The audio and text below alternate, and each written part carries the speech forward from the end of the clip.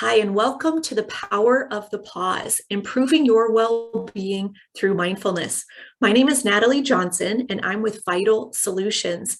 We create organizational well-being solutions, and that includes individual well-being, team performance, and courageous leadership.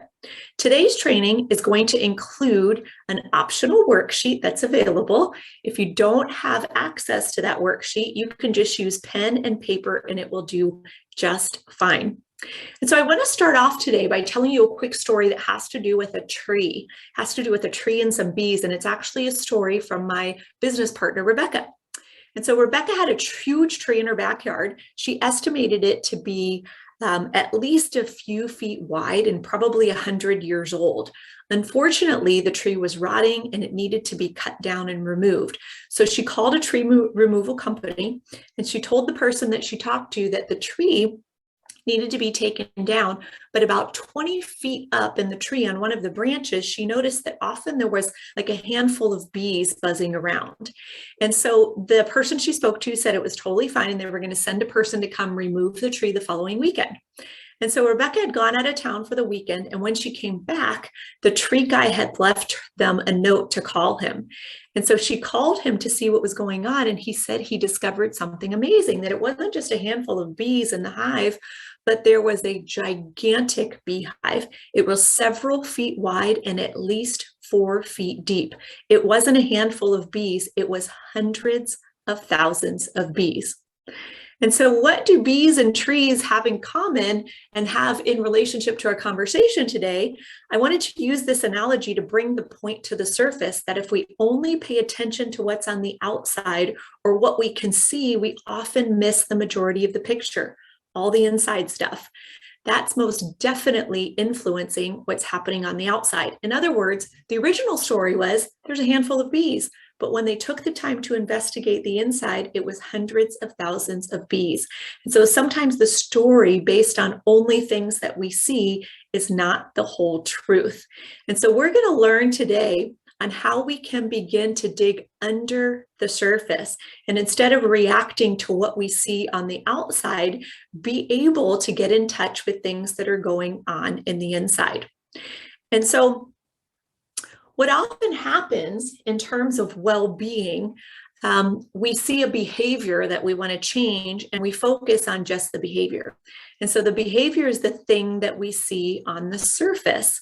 But what we don't pay attention to is that our thoughts, our feelings, our emotions, our decision-making processes that are under the surface are the bigger things that have an impact on our behavior. And so by learning to evolve ourselves and improve our well-being, we need to dig into the thoughts, the feelings, the actions, and the decision-making processes that contribute to that behavior. In other words, we need to get to the root cause. What's the story behind why that behavior exists, or what's the story behind why that behavior doesn't exist? And so I want to talk about how mindfulness and practicing the pause help with this. And we're going to start off by looking at storytelling. Stories are the things that we tell ourselves and other people about why we do and don't do things in our life. And our stories are based on our thoughts, it's based on our background, and it's based on our perceptions of other things going on in the world.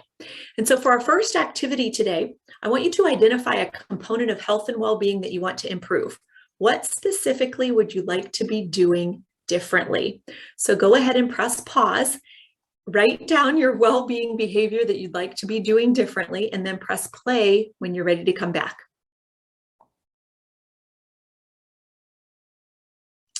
So welcome back. I want to first show you what I would consider is mindlessness, which is actually something that happens really easily and really physiologically happens naturally and easily in our body. And so what happens is we are triggered by our beliefs, thoughts, feelings, environment, and we can be triggered by other people. And in response to that, we just react habitually. We spend a lot of our lives in automatic reactionary mode. We're triggered by something someone says or does, or the environment or a feeling, and so we react immediately.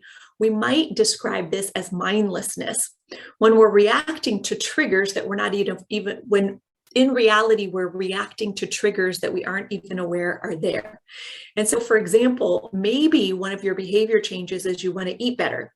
But when you get stressed or mad or glad or maybe even bored, or it's lunchtime or it's TV time, we then go and eat. And so we're eating when we're not hungry, we're eating in response to those triggers. If we don't address those triggers first, it's going to be really hard to change habits around nutrition.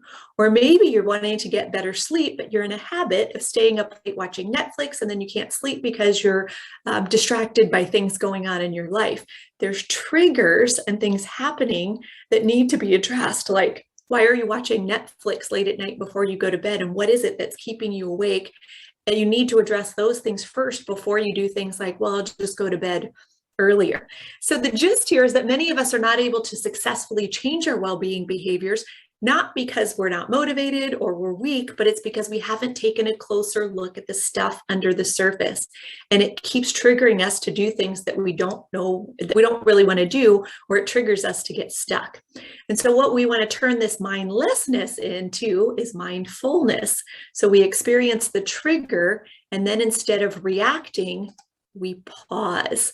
In essence, getting to practice pausing can be the difference between mindlessly eating in response to anxiety versus I'm going to pause and respond and make a choice based on what I know, based on what is based on what is best for me in the moment. And so I want to dig into, really defining what our beliefs, thoughts, and feelings are. Those are the root causes of decisions that we do and don't make. Beliefs are deeply held convictions, sometimes they're conscious or unconscious, about how people and things are or ought to be. For example, a belief might be people should be respectful to each other, or the world is a threatening place and I always have to protect myself, or I need a romantic companion in order to be happy, or maybe material things will make me happy. These are kind of beliefs that exist that, if not addressed, are going to get in our way. Our thoughts are ideas or notions that occur in the conscious mind at a certain point in time. Thoughts create the mental chatter or the self-talk we experience almost all the time. So while beliefs exist under the surface and we may or may not be aware of them, thoughts are smaller, more immediate, and changing and occur more consciously. Our thoughts make up our self-talk and our inner monologue. Our thinking and our thoughts can either spiral us downward into feelings and actions we wish we didn't have, or actions that we wish we weren't doing, or our thoughts can spiral us upward into feelings and actions that propel our life forward. And then finally, our feelings are emotions or physical sensations experienced in the body. And so I'm going to be referring to two types of feelings: the emotions that we experience, like anxiety, joy, overwhelm, fear and love. And I'll also be talking about physical sensations we might experience, like fatigue or a craving to eat or do something else, or an impulse to shout at someone. They all affect us in one way or another. So there's emotional feelings that directly impact our behavior. And then there are the physical feelings that we have as well. And then finally, our environment also impacts our behaviors. Environment is cues from our surroundings that set off thoughts, feelings, and actions. So for our second activity, I want you to do a brief journal activity, maybe for about 2 minutes. Answer this question: what internal or external triggers are you mindlessly reacting to that are keeping you stuck or keeping you from making a change? Press pause and then come back and press play when you're ready.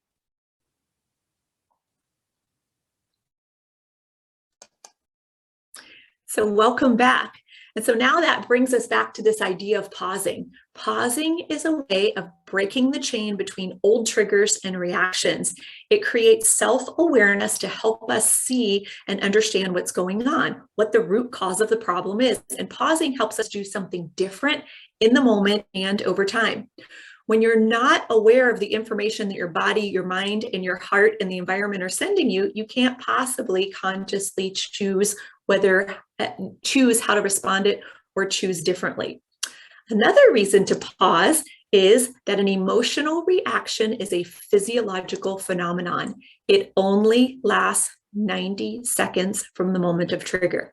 In other words, when we're triggered negatively and we feel a negative emotion, like I'm getting irritated with that person or I'm getting impatient, the pause can help us realize, don't do anything because I might react in a way that won't make me proud, or just wait 90 seconds. If I wait 90 seconds, that irritable emotion will go away. Now, here's the thing. The emotion will go away after 90 seconds as long as you don't re-trigger the circuit. You re-trigger the circuit by ruminating and thinking about it more and more and putting your thoughts and energy into that thing that's triggering the negative emotion. When we can turn our thoughts away and distract our thoughts, after about 90 seconds, that negative emotion will go away in most circumstances. One way that can help us to create a pause is to practice deep breathing. Deep breathing calms the nervous system. It allows time for the prefrontal cortex to come back online. It creates space between the trigger and our reaction, and then we're able to respond intentionally rather than react automatically. I want to go to allows time for the prefrontal cortex to come back online. The prefrontal cortex of our brain is the thing that can help us solve problems. It's the part of the brain that pays attention to information and how information can help us to respond effectively and efficiently. When we're triggered by a negative emotion, the prefrontal cortex shuts down and the amygdala in the brain kicks in. The amygdala is very, very reactive, and we call that an amygdala hijack, meaning we're going to feel anger, therefore the amygdala takes over and we're going to act angry. I'm going to feel anxious, I'm going to act anxious. When we take a deep breath, it can help for the amygdala to shut off, allow for the prefrontal cortex to come back online, and then we can respond more appropriately instead of react. When we create a pause, it allows space to ask ourselves questions like, what's really going on here? What does this moment call for? What does great look like? And what do I actually need right now? And so for activity 3, I want you to think about when and where you might need to practice pausing so you can respond more intentionally. In the moment of pause, what could you do to help yourself make choices that are in your best interest? So go ahead and press pause. And then when you're ready, come back and press play after you've completed this activity.